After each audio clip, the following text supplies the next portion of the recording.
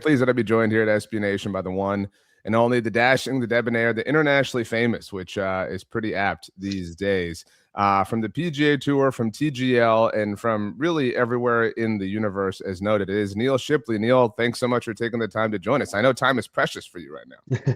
Oh, thanks. I appreciate you having me on and happy to be here.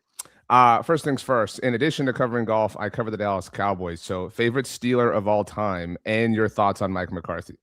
Ooh, favorite Steeler of all time. I mean, that's a tough to pick from. I've got a lot of great players in my time. I mean, Ben Roethlisberger is probably going to be up there. Sure. He's a quarterback that I grew up with.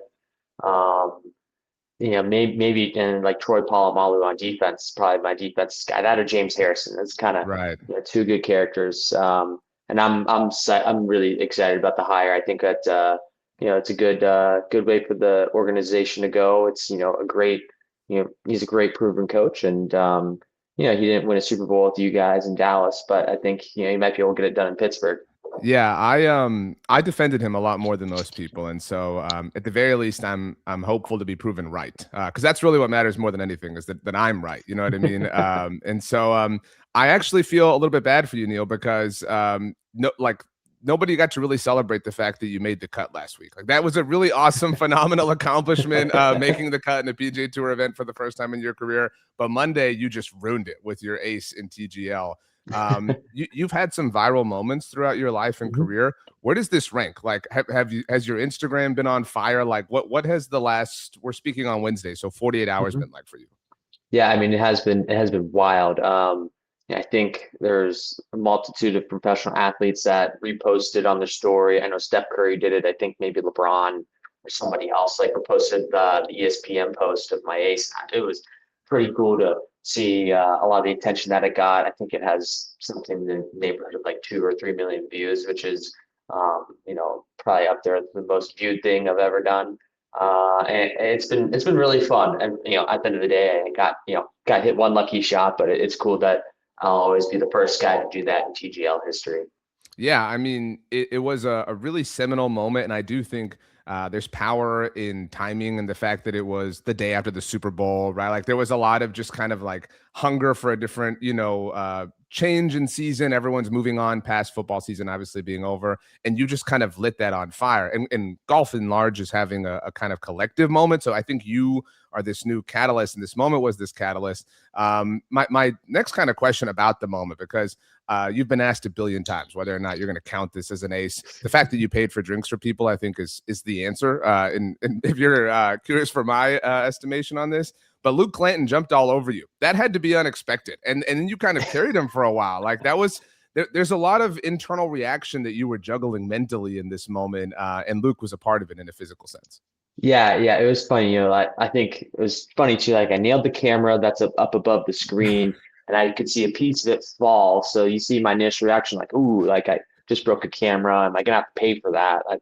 That'd be brutal." And then the ball goes in. I go berserk, and then I'm like, "Oh, I gotta throw the club. I gotta do something crazy." And then Luke jumps on me, and I'm just, and then I'm like, we're getting towards the edge, and there's a whole ledge. I'm like, "Oh, we can't go near there." It was a whole like a lot of thinking going on. It's just kind of like a wild kind of just really quick moment. It was so fun. And yeah, I mean, I'm totally counting it. I think it's a little bit different than getting an ace in your local garage simulator. We're in front of a lot of people on national TV.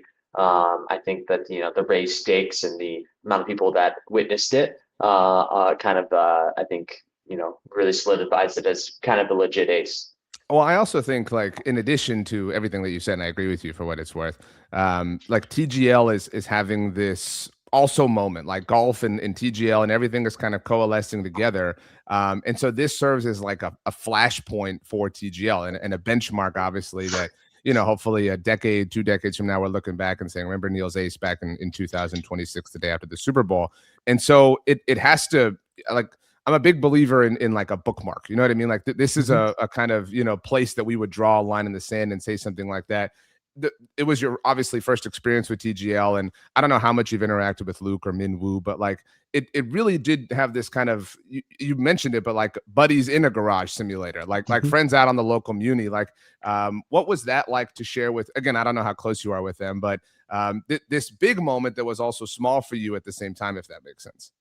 Yeah, I mean, Luke and I, we've been playing golf against each other since our days in college. So, I mean, Right. since, he was at Florida State, I was at Ohio State. I think I might have even played against him when I was at James Madison because we'd go play Florida State's event. So I've known who he is for a long time. And then, Min, I really just met him a couple days before. But, we're all, in our 20s, we're all young.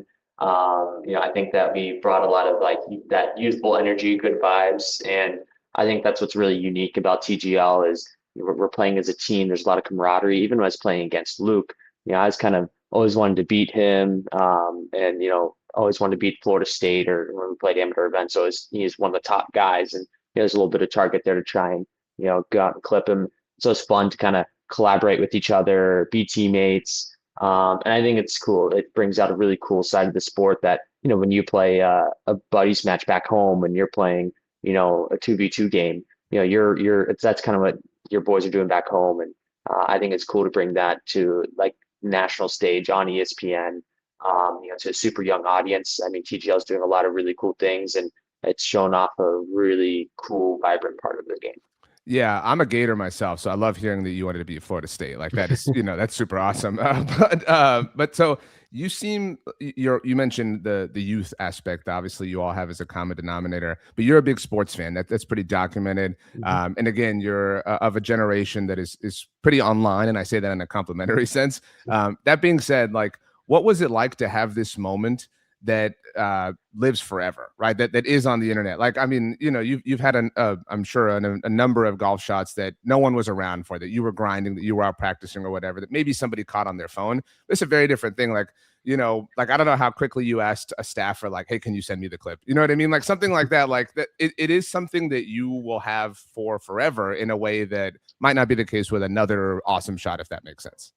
Yeah, yeah. I mean, now that you say that, like I've made if you're counting this one, that's four hole in ones now, and the first three, two of them were back at Ohio State. I Mhm. have the golf balls, but no video, and then the other one was in competition in Japan, but there's no video of that one either. So Right.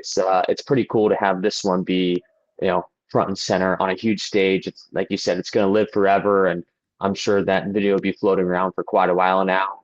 And I think that's it's pretty cool how moments like that can kind of live forever. Now, even, you look at it back in the day with, you know, old football games or old football plays, Right. those aren't necessarily, living forever. Like I think a lot of things do now on, with Instagram and TikTok and all that.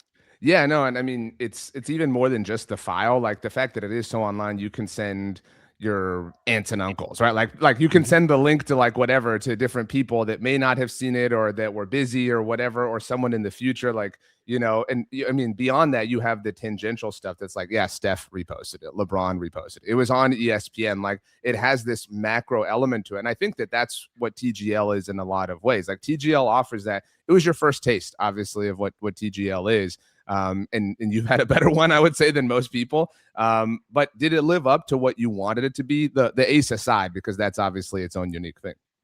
I mean, absolutely. I think that there's something about us as golfers, as professional golfers. We're so competitive, and as much as we're all buddies out there too, and Mhm. it's pretty friendly.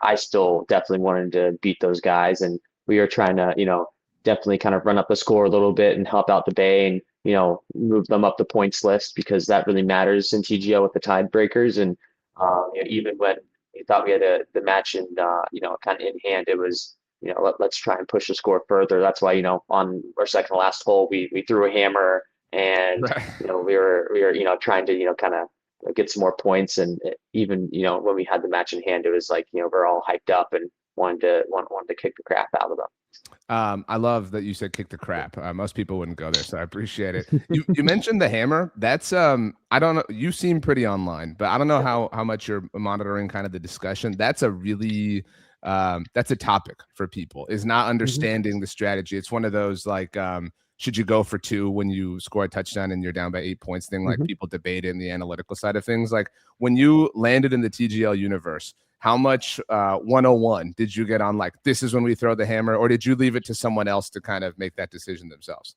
I think I was kind of the main hammer guy. I come from a math and analytical background. Right. So I kind of like the ideal time to throw the hammer is when you have a good edge on another team, but but not so big of an edge that they're likely to decline the hammer because Right. you want to try and get those 2 points when you have a nice edge. So I think a good example of it was during our match. I think Tony Finau had maybe an 11 or 12 foot putt.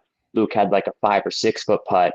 And, we threw the hammer there because it's really unlikely that we'd ever lose that hole. But there's a good chance that Tony would think, man, I don't want to just lay down and give up a point because I got a 10-foot putt for birdie here and kind of flip the script on Luke. So we felt like, throwing it in those type of situations are really good. You see a lot of teams throw the hammer when they got 3 or 4 feet for birdie and the other team has 20 feet and, the other team's never going to accept it then, and you're probably going to win that 1 point. So it's, you got to try and kind of pick your spots real nicely and, you're going to take on some risk, but the reward there is great. And I think we won maybe 8 points off hammers the other night, which was huge for our team.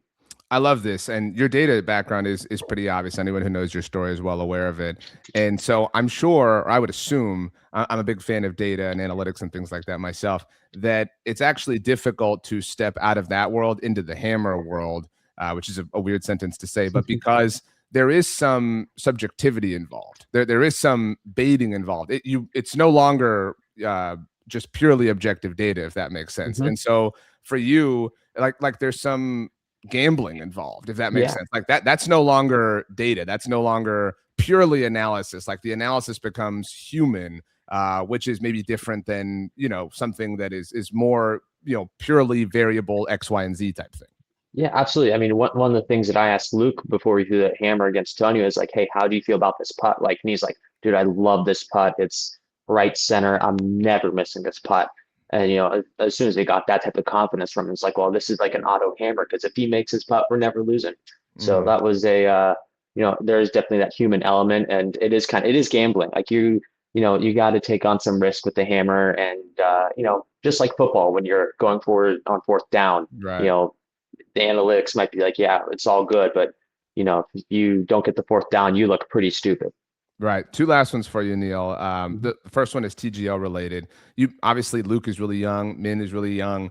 You guys are growing up in your PGA Tour careers with something like TGL as a part of it, right? Like as opposed to even 5 years, even 3 years ago, right? Like, do you ever look at your moment and say like, I mean, because this isn't a normal rookie season, to be clear, like what the life you're living right now, it's amazing and it's incredible.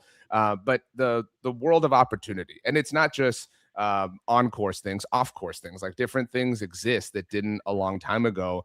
How do you measure taking advantage of them without spreading yourself too thin so that you do focus obviously on the golf of it all at the core? Yeah, yeah. I mean, I think my big focus and, my understanding is that golf is kind of what's driving everything, driving the boat. You got to play well and you got to perform for the things on the peripheral to, really come together. So for me, that's always been a big focus is focusing on my golf and making sure I'm playing as good as I can because, good play leads to more opportunities off the golf course. And so I'm just trying to keep that my main focus. And I'm lucky that I have a great team around me that's able to kind of, deflect and, take on some things for me. And I think that, they do such a great job. And that I'm just able to focus on golf. And then, when we have our things outside of golf, it's usually really easy for me and they keep it easy. And that's how it should be. That's excellent. I love that. It's a great disposition. Okay, last one. I'm mentioned I cover the Cowboys. So I really hate the Eagles. I don't know if they're like your two team or something like that. That would be Oh, awkward. no, no. Good. So just to briefly explain my methodology here, the tush push, whatever. I've labeled the tush push as a capitalization on a market inefficiency. Like whether you agree with it or don't agree with it, I think we can agree in that sense. And it was wise, right? Whether it was lame or whatever is a whole different argument. So as it relates to golf, and it can be TGL, it can be in PGA Tour events, it can be your own just personal whatever. What's a market inefficiency that you feel like you capitalize on, like that you've identified against the field? If this question makes sense, like quote unquote your version of the tush push, and I certainly don't want you to out your secrets and Mhm. your own personal advantages and whatnot. But what's something you feel like is maybe low hanging fruit that everybody ignores that you just decided to pluck? What I see a good bit, I think, is something pretty elementary, I think, is like club selection off of tees. A lot of guys have a fascination with hitting a lot of fairways, and so sometimes they will take a club or two less.